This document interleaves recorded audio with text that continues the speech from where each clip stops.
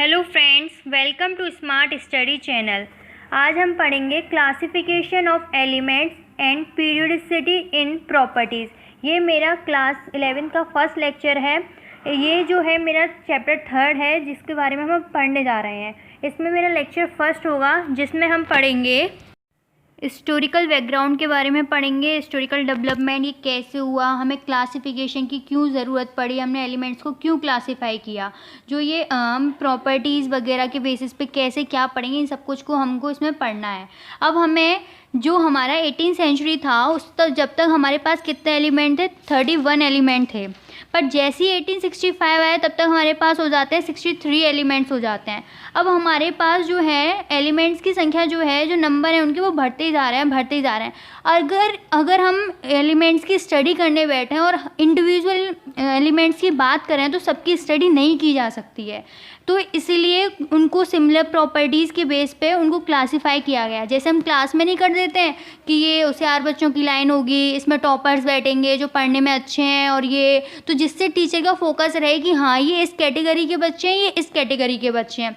इसी तरह हमने एलिमेंट को क्लासीफाई किया। अब जो ये एलिमेंट क्लासीफाई किए गए तो ऐसे बहुत सारे साइंटिस्ट आए, उन्होंने अपनी अपनी थ्योरी दी। किसी ने कहा कि इस बेस पर होगा, किसी ने कहा इस बेस पर होगा। इसी बेस पर हम पढ़ेंगे। इसमें सिर्फ हम इस लेक्चर में 2 के बारे में पढ़ेंगे। पहला होगा हमारा डॉवर्नियर ट्राइड्स के बारे में, सेकंड होगा न्यूलैंड लॉ ऑफ ऑक्टेव के बारे में। अब हम पढ़ेंगे डॉवर्नियर ट्राइड के बारे में। इसने क्या किया था, जो इसका ये जो कॉन्सेप्ट था इसने लिया था एटॉमिक वेट के बेस पे बनाया था। इसका कहना था, इसने 3 ग्रुप का एलिमेंट लिया और उसने कहा था कि जो मिडिल एलिमेंट होगा उसका एटॉमिक वेट जो ये अदर 2 एलिमेंट है इनके सम के बराबर डिवाइडेड बाई 2 के बराबर होगा। यानी कि उसका कहना क्या था, जो मिडिल एलिमेंट है वो अदर 2 के अर्थमेटिकल मीन के बराबर होगा। ऐसा डॉवर्नियर ट्राइड का कहना था। उसने ऐसे कई सारे एग्जाम्पल दिए। उसने एक एग्जाम्पल दिया था लिथियम, सोडियम, पोटेशियम। ऐसे उसने एक एग्जाम्पल दिया क्लोरीन, ब्रोमीन, आयोडीन। और उसने ये एग्जाम्पल जो थे उसके ये फिट हो गए थे। डॉवर्नियर ट्राइड के जो एग्जाम्पल दिए थे वो तो उसको सेटिस्फाई कर रहे थे, पर अदर्स एलिमेंट के लिए सेटिस्फाई नहीं किए, इसलिए इसका जो ये ट्राइड था वो फेल हो गया था।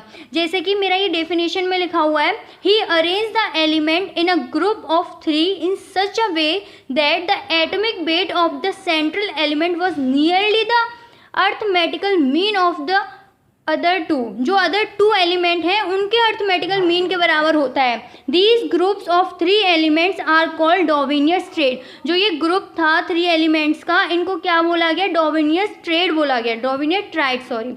इसे क्या बोलते हैं, जो ग्रुप बनाया था उसने उसे ट्राइड बोला गया क्योंकि इसमें 3 एलिमेंट थे, यानी ट्राइड। डॉवर्नियर ट्राइड ने 3 एग्जाम्पल दिए थे, ठीक है। पहला था लिथियम, सोडियम, पोटेशियम। दूसरा था कैल्शियम, स्ट्रोंडियम, बेरियम। तीसरा था क्लोरीन, ब्रोमीन, आयोडीन। जो ये फर्स्ट एग्जाम्पल है, अगर हम इसमें देखें तो सोडियम का एटॉमिक वेट क्या होता है, 23 होता है। और लिथियम और पोटेशियम का कितना दे रखा है, 7 और 39। जब हम लिथियम और पोटेशियम के एटॉमिक वेट है उसका मीन निकालेंगे तो वो किसके बराबर आ रहा है, सोडियम के बराबर आ रहा है। यानी कि डॉवर्नियर का जो ट्राइड है यहाँ पे क्या है, राइट प्रूफ होता है। अब सेकंड देखते हैं। सेकंड में क्या है, सेकंड का देखें तो स्ट्रोंडियम का कितना दे रखा है, 88 दे रखा है। अगर हम कैल्शियम और बेरियम का अर्थमेटिक मीन निकालते तो कितना आएगा, 40 + 137 डिवाइडेड बाई 2 कितना आया, 88.5। यानी ये दोनों देखा जाए तो बराबर से ही हैं। ये क्या है 88 और ये क्या है 88.5। तो ये भी जो है डॉवर्नियर जो ट्राइड था उसको फॉलो करता है। तो ये सेकंड वाला भी हमारा राइट है। अब हम देखेंगे थर्ड वाला। ब्रोमीन का एटॉमिक वेट क्या है, 80। तो अगर हम क्लोरीन और आयोडीन का अर्थमेटिक मीन निकालते हैं तो कितना आता है, 81.25 आ रहा है। तो जब 81.25 आ रहा है तो देखा जाए तो ये दोनों क्या है, बराबर से ही हैं, ब्रोमीन का एटॉमिक वेट और इनका अर्थमेटिक मीन। तो यानी कि हम इसे भी कह सकते हैं ये डॉवर्नियर ट्राइड के अकॉर्डिंग ठीक है और ये इसको फॉलो करता है। पर लेकिन डॉवर्नियर ट्राइड जो है सिर्फ यहाँ तक ही फॉलो होता है, आगे जाके ये फेल हो जाता है। ये अगर हम अदर एलिमेंट्स की ग्रुपिंग करके उनका ट्राइड्स बनाए तो ये वहाँ फॉलो ही नहीं होता है, सिर्फ ये यहाँ तक 3 तक ही सीमित रह जाता है। अगर हम एक एग्जांपल लें जैसे फ्लोरीन, क्लोरीन, ब्रोमीन, ये इस ट्राइड को फॉलो नहीं करते, डॉवर्नियर ट्राइड को ये फॉलो नहीं करता।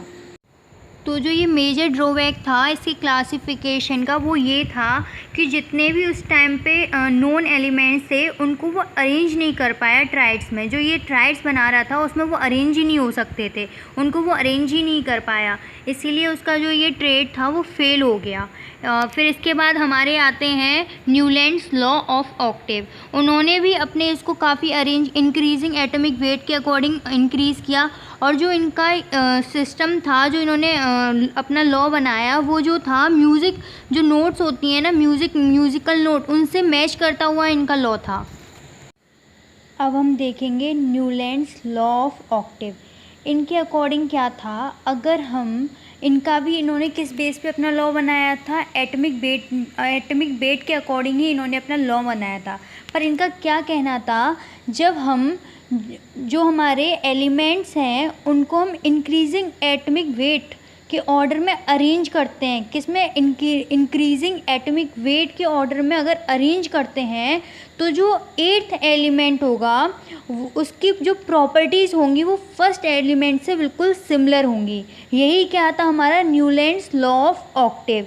उन्होंने कहा था कि जो ये सिस्टम है ये सब किससे, जैसे म्यूज़िकल नोट्स नहीं होती हैं, सा रे गा मा पा धा नी, जो सा होता है वो 8th नोट जो होती है वो फिर से फर्स्ट की तरह सिमिलर होती है, जैसे सा रे गा मा पा ध नी क्या होता है, 7th नोट कंप्लीट होती है, 8th क्या आता है, फिर से सा आता है, तो जो सा होता है वो फर्स्ट वाले से सिमिलर होता है। ऐसे उन्होंने म्यूज़िक सिस्टम से लेकर इसको लिंक किया और बताया कि जो 8th एलिमेंट होगा वो सिमिलर होगा फर्स्ट एलिमेंट के, उसकी जो प्रॉपर्टीज़ होंगी वो फर्स्ट एलिमेंट के सिमिलर होंगी। यही क्या था, न्यूलैंड्स लॉ ऑफ ऑक्टेव था।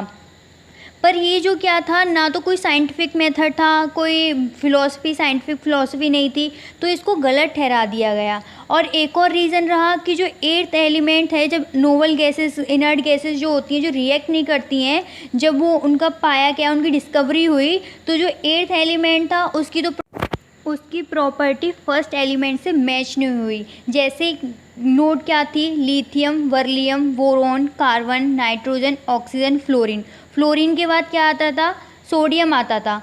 जब तक इनर्ट गैस जो है जिनकी डिस्कवरी नहीं हुई थी तब क्या आता था, सोडियम आता था 8th पर, तो इसलिए लिथियम और सोडियम की प्रॉपर्टी क्या थी, मैच कर रही थी। पर जब इनर्ट गैस आ गई तो इनर्ट गैस आने के बाद जो 8th नंबर हो गया वो किसका हो गया, इनर्ट गैस का हो गया। और इनर्ट गैस जैसे lithium, beryllium, boron, carbon, nitrogen, oxygen, fluorine, neon आता है, तो जो नियॉन था अब वो 8th नंबर पे आना चाहिए, वो 8th नंबर पे आ रहा था। जब नियॉन 8th नंबर पे आ रहा है तो यानी कि नियॉन की प्रॉपर्टी किससे मैच करनी चाहिए थी, लिथियम से मैच करनी चाहिए थी, पर नियॉन की प्रॉपर्टी लिथियम से मैच नहीं करती है। नियॉन क्या होता है, इनर्ट गैस होती है, वो किसी से रिएक्ट नहीं करती है, जबकि लिथियम क्या है, वो रिएक्ट करती है। इसलिए इनका ये यहाँ लॉ आकर फेल हो गया जब इनर्ट गैसेस की डिस्कवरी हो गई। और फिर उनका ना तो कोई साइंटिफिक फ़िलॉसफी थी, सिर्फ म्यूज़िक से उन्होंने उसे लिंक कर दिया था, इसलिए उसका कोई प्रूफ नहीं था, इसलिए वो थ्योरी उनकी फ़ेल हो जाती है, उनका लॉ फेल हो जाता है।